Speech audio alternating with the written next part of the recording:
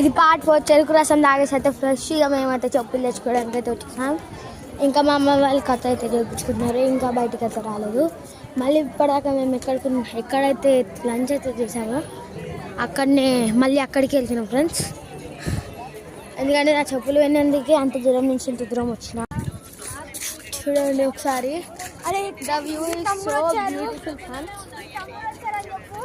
అయ్యోండి మా తమ్ముడు అయితే అక్కడి నుంచి అయితే వస్తున్నాడు, మా బాబు అన్న అయితే పట్టుకుంటున్నాడు. అదిగోండి ఈయన వచ్చేసి మా తమ్ముడు, మీకు ముందే తెలుసు.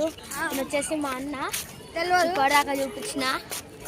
సో ఫస్ట్ టైం మీరైతే చూడబోతున్నారు ఈయనని. నా డ్రెస్ కోడ్ వచ్చేసి చాలా బాగుంది. చదువు మళ్ళీ ఇక్కడ కథ జరగబోయే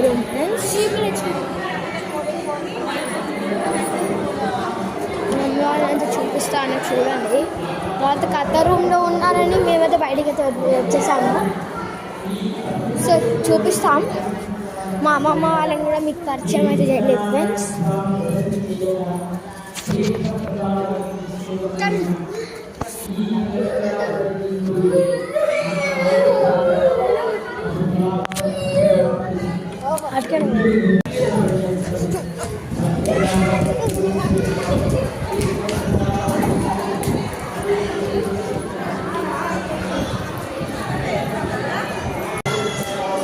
ఇది వచ్చేసి కథ రూమ్ అన్నమాట.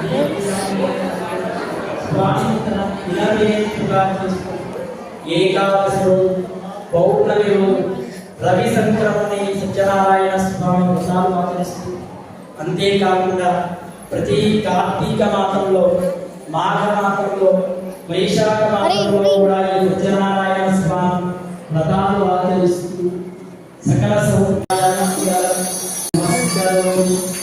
చేతిలో అక్షతలు దూరు పట్టుకొని 5వ కథ వినండి. శ్రీ సత్యనారాయణ స్వామి భగవానికి.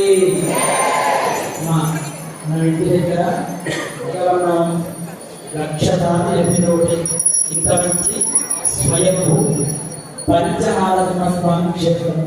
15 కార్తీక మాసం సోమవారం పర్వదినంతో సమానమయ్యే రోజు ఇంత మంచి క్షేత్రంలో ఇంత మంచి ఒకసారి భగవాన్ చెప్తే 1,00,000 రెట్ల ఫలితాన్ని కనిపిస్తుంది.